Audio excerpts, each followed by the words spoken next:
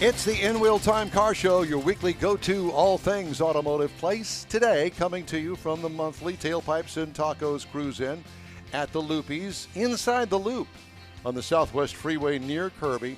Take the Shepherd exit. Howdy, along with Mike out of This World Mars. We need more Jeff Zekin, David Ainsley. I'm Don Armstrong. Glad you could join us today. And our guest in the remote studio now is John, friend of Gene McFadden. Yeah, there you go. Gene is not here today, even though we sent him a message that he needed to come on out in his 32 Ford Roadster. I remember him. Well, yeah, okay, but that has nothing to do with John, Not friend of Gene McFadden. Yeah. We're gonna get That a has shirt. nothing We're to gonna get do- that put on your shirt. Yeah. Friend of Gene. Friend of Gene's. Okay. So, John, He's a fog. I mean, this guy can't go anywhere where people Friend go, of Gene. ooh, look at that. I know. It's a red Ferrari, and it's a Testarossa. Oh, my God. I mean, it's like Candy.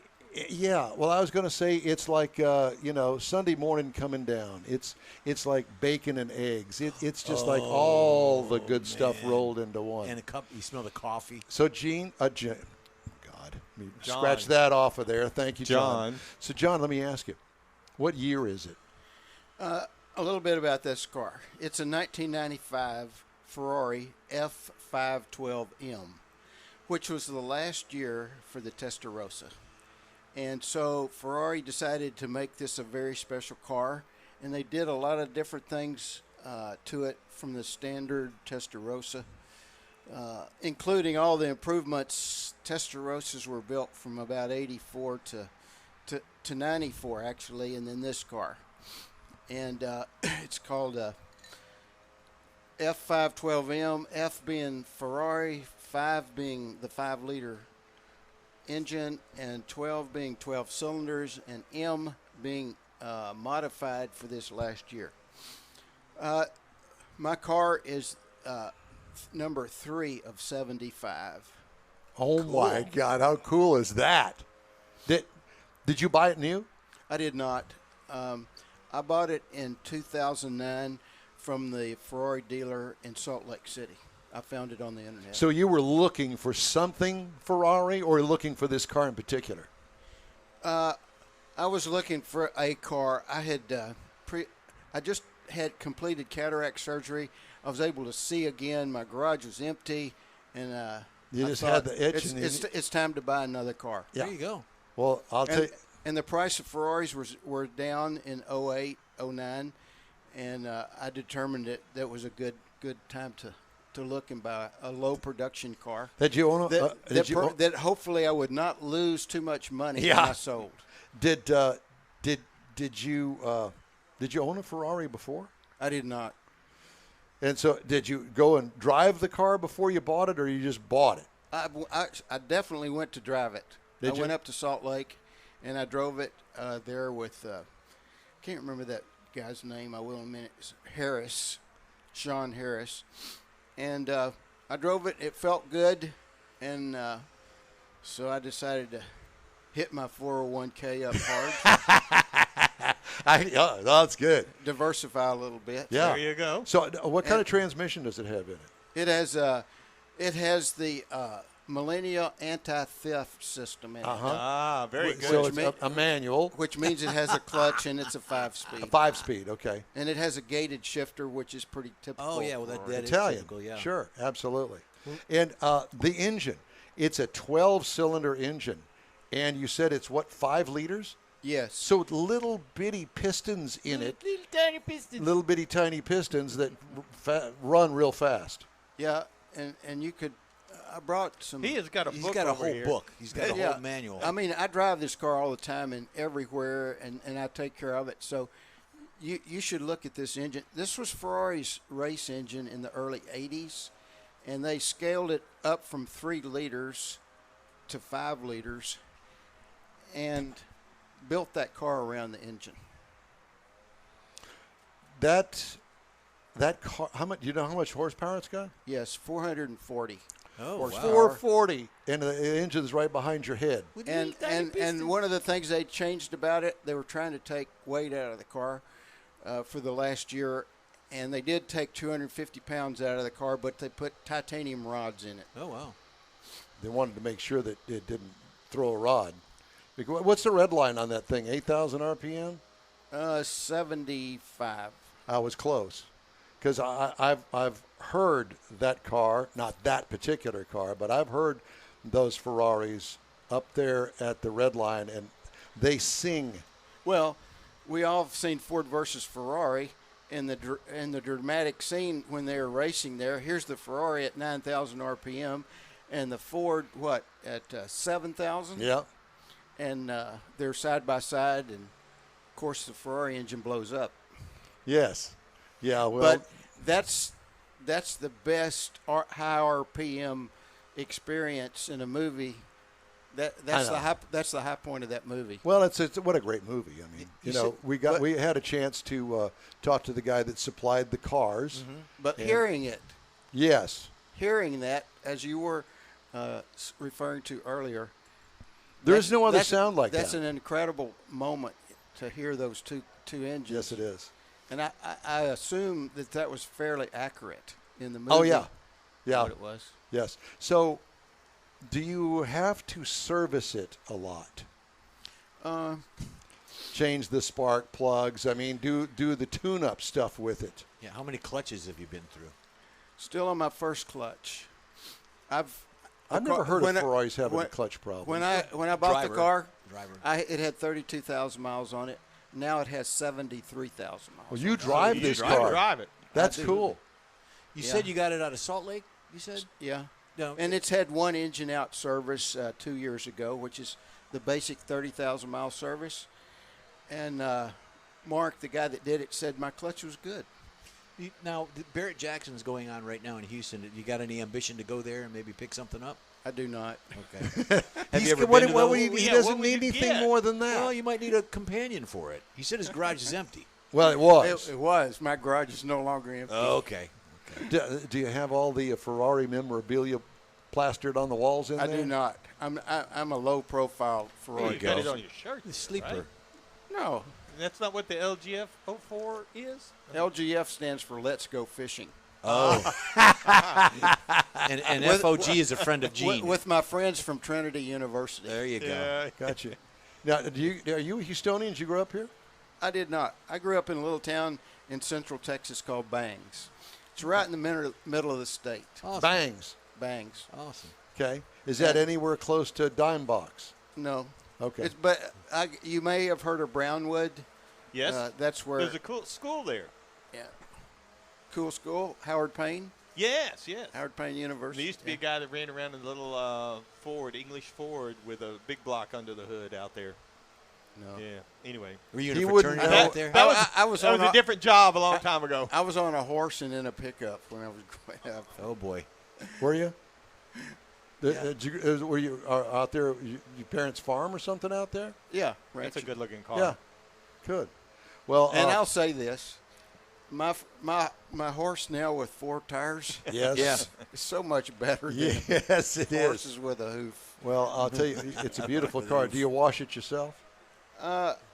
Sometimes, but I had it restored and repainted a couple years ago, and now. Well, it looks brand new. And now I take it out to that guy, to Butch, and Butch washes. Now, you said you had an engine out service. You've had it repainted.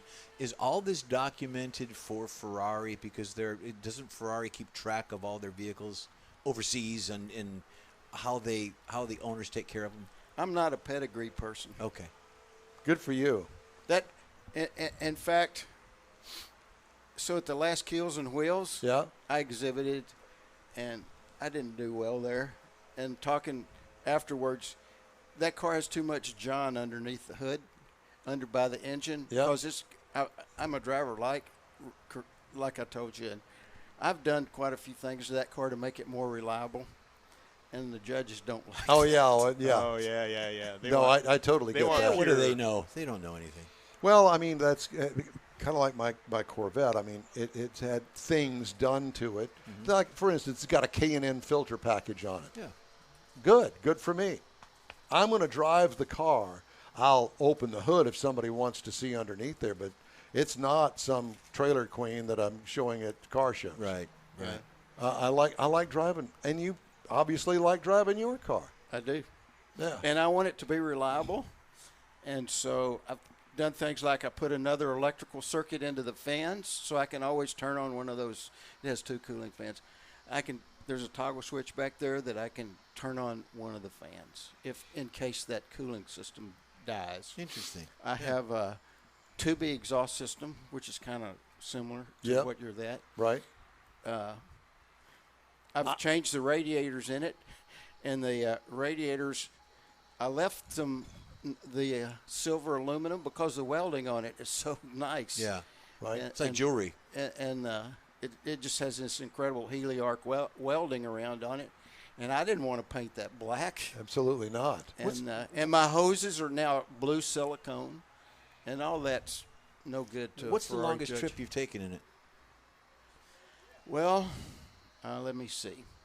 I've shipped it to Colorado, but that's the longest trip. It's been to Colorado 3 times now. And I've shipped it there, and then I drive it for a month. I'm retired. No. Yeah. I don't Not you. I don't have to be in August. I don't have to be in Houston, Texas, the month of August. Amen. When I have all these friends and relatives in Colorado. Yeah, there you go. So that's I ship my cars. Absolutely. And everybody thinks, oh, that's really expensive. It doesn't have to be expensive.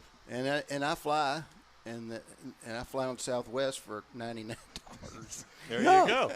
Yeah, absolutely. And that's a great thing. I'm very blessed, and I really am. I'm blessed, and I'm pleased to share this car.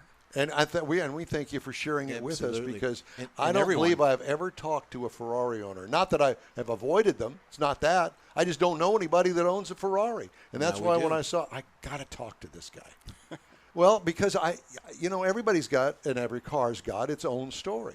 And yours is unique. And what's even more unique is the actual car itself being one of, 75, did you tell me? Yeah. I mean, that in itself, and it's number 3. That in itself is really unique. Well, have you been to the factory in Maranello? No, but like I said, I bought cars that I thought that I could sell when it came time to sell without losing too much money. Right. And I know low production is one of those keys. Yes.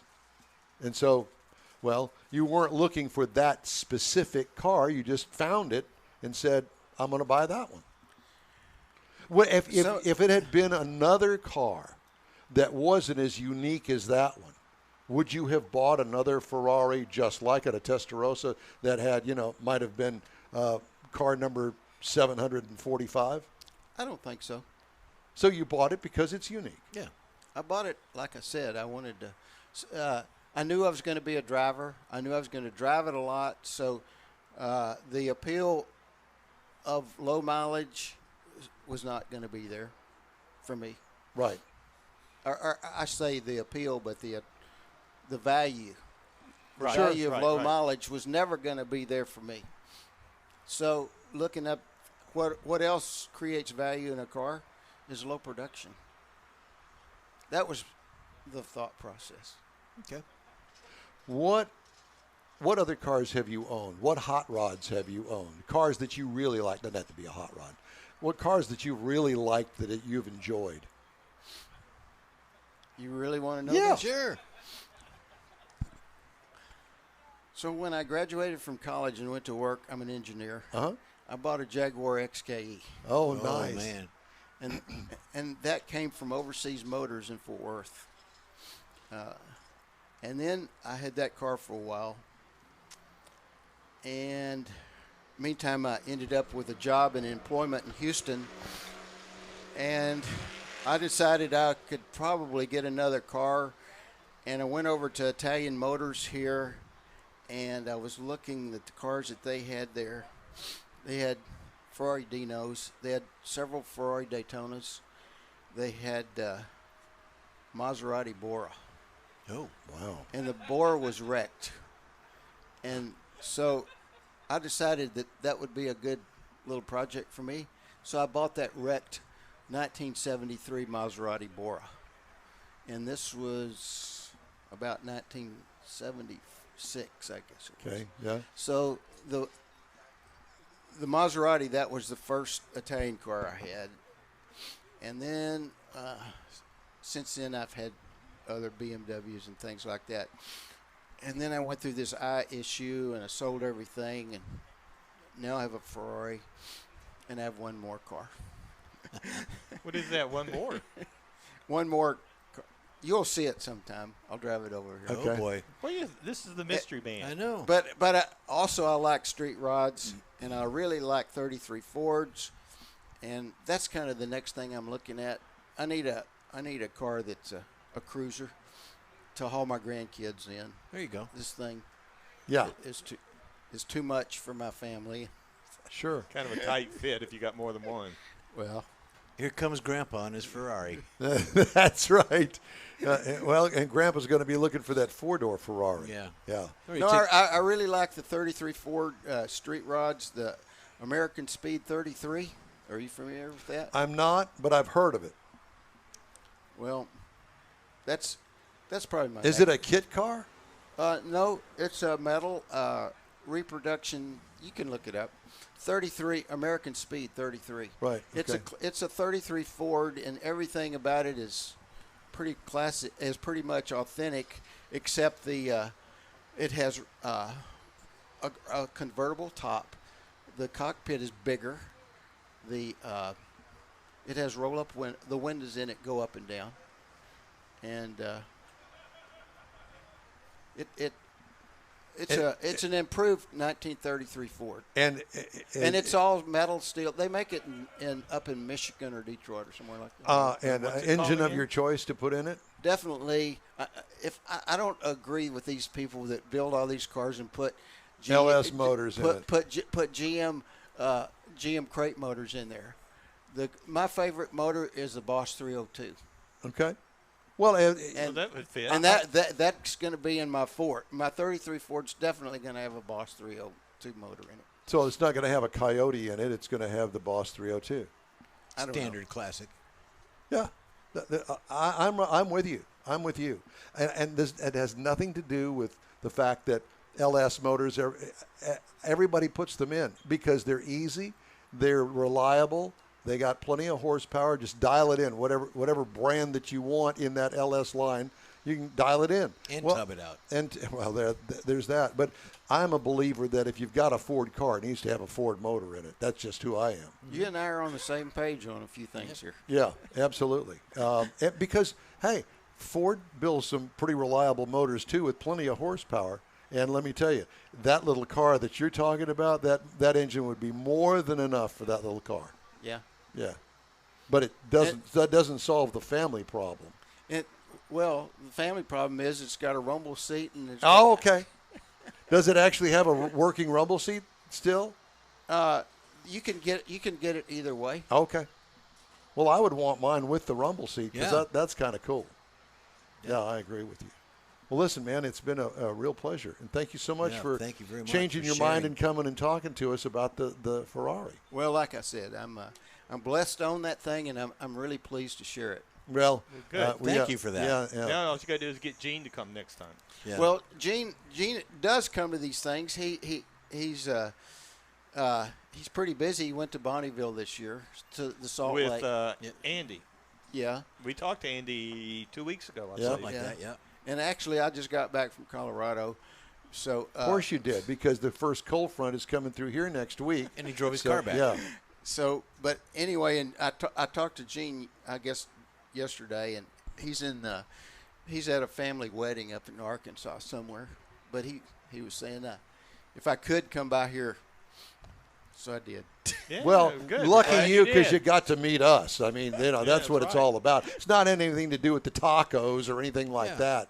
It's camaraderie and other car guys. Well, he could just leave the keys with you, and we could just bring it out on our own. you know, I wouldn't feel comfortable You driving wouldn't his do that? car. Well, No, you could do that. No, It's an Italian car, and it's kind of built for small persons like me. There you go. I'm There you five. go. I'm 5'7", and those cars are built for particular owners, and they built that car for the first owner, but they are small. Well, I'm perfectly happy with you driving me anywhere you want to drive me, and I'm not. I mean, I just appreciate the car, and I'm good for going for rides. I don't need to have all the. No, it's not that. I just it'd be my luck that somebody would come along and you know plow into it something while I'm driving it. No, you don't need to drive it, but I'll be glad to. I'll be more than happy to take you for a ride. There you go. And Gene's been on a couple of good rides with me. Yeah. Have you ever had the thing on a track? Yes. Down at Houston, down in Angleton. No. You haven't been down there? You want to hear that story? Sure. Well, yeah. If you can, yeah. So I guess I'd had this car maybe a year. Of course. And there's a little after Christmas drive organized by some of the Lamborghini and Ferrari people around here, and they asked me to join that. So my friend David and I, we joined it, had a good time, and they had rented some time at Texas World Speedway. Oh, yeah. Up in College Station. Oh, yeah. So our after Christmas drive ended up right there, and we had 3 laps that we could drive there. On the oval? On the oval. Oh, my God. I was waiting for you to say, oh, yeah, with the road course. Wait a minute. It was the oval coming around through the grandstand, but it was also the road course. The road Yes. course. It was not the 100% oval. Yeah, but you're on the road course. You're on the road course, but I don't. Yeah, well, it involved. I don't. I'm not familiar with that, but anyway, there was this. There was a pass through by the grandstand. Correct. And there was two banked curves right there. Yep, I know exactly what you're talking about. Well, so on the second lap, I heard this thump, and I looked down, and my alternator light was on, and got back and lost the alternator belt. Through the belt, thumping. Yep. And so I pulled off, and I looked and saw there, and I thought, well, what am I going to do? I'm up here without an alternator, and this car doesn't even have a voltmeter on it. And I started looking. My radar detector has a voltmeter on it, so I switched my radar detector to voltage, and my voltage was up pretty high. And I said, well, why don't we just drive back to Houston and see how far we get, and I'll just pull over when we run out of juice. When we run out of electricity in my electric Ferrari. Nice. There you go. So and it was a cool day, and so the fans weren't on, and there was very little electrical load, and I made it pretty much to. Did I make it to Conroe? I think I did, or somewhere there. And I stopped at Walmart and bought a battery charger and went to. We ate lunch. I charged the battery back up, and headed back to Houston. Got up here to Gallery Furniture, and everything started kind of shutting off again. So I pulled off at a motel there and plugged the battery charger in there. But that was my only trip, and also my electric Ferrari. And your electric Ferrari. That's funny. What a great story. Well, John, thank you so much for stopping by and sharing all that with us. We really appreciate it. Sure thing. And it's great seeing you. Hope to see you again. Yeah. Beautiful car. Thank you. Thank you, sir. And like I said, I'm pleased to share it. I'm blessed to own it. Thank you. Yes, Perfect. you are.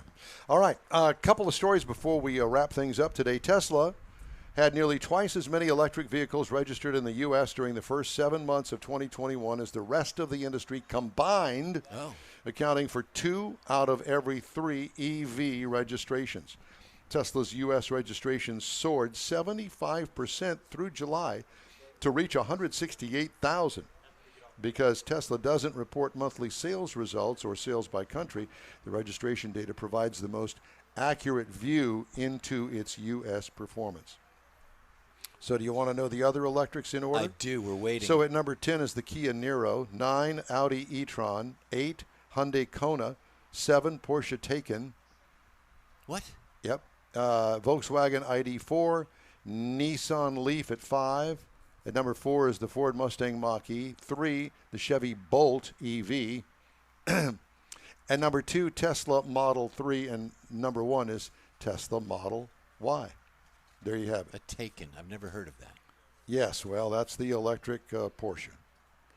The other thing is that California, the top EV state, accounted for 36% of EV registrations. Florida was number 2 with 7.1%, followed by Texas with 5.7%. So Texas is coming up there.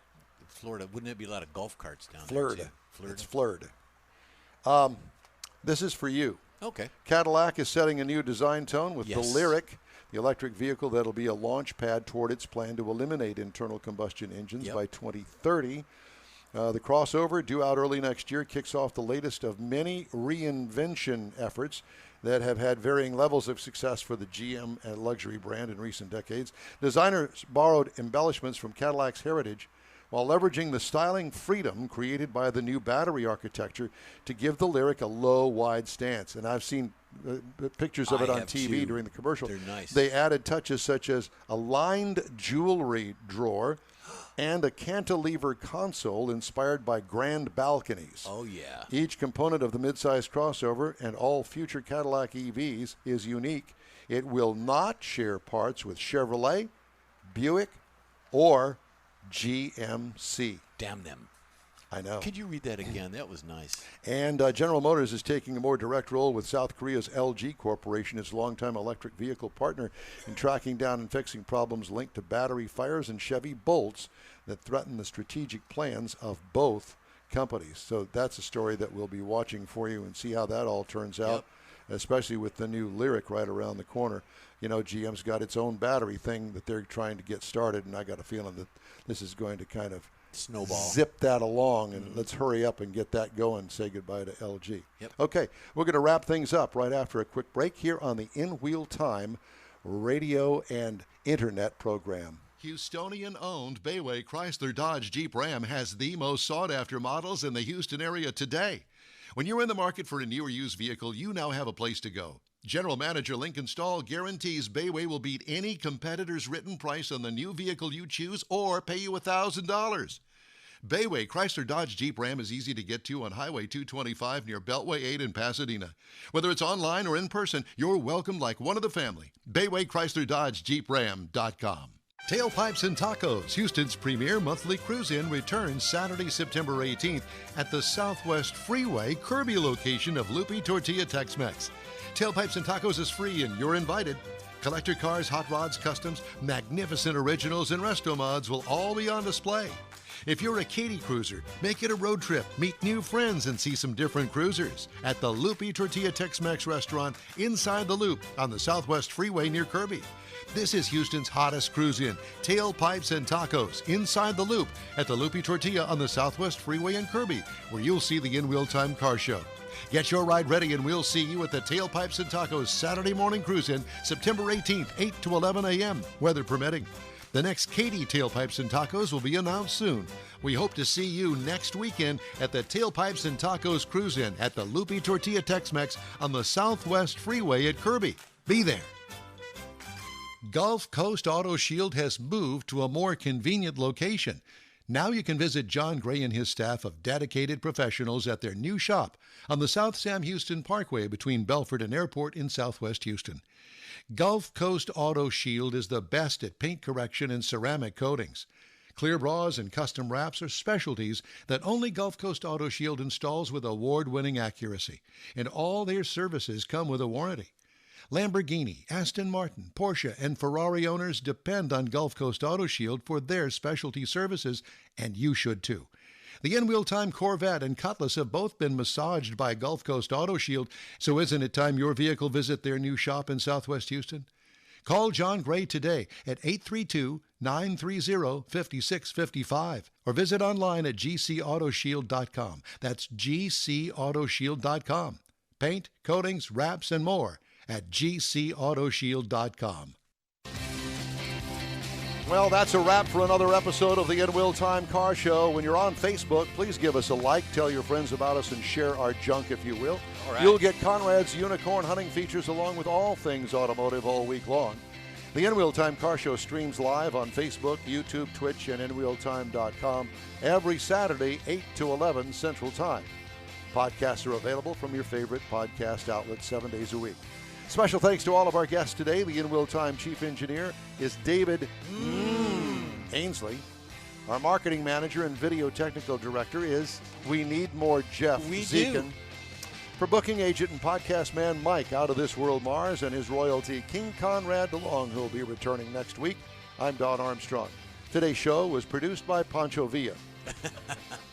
Be sure to join us next week when we'll be coming to you from Woody's Waterfront Car Show at the Topwater Grill in San Leon, Texas, down on the bay.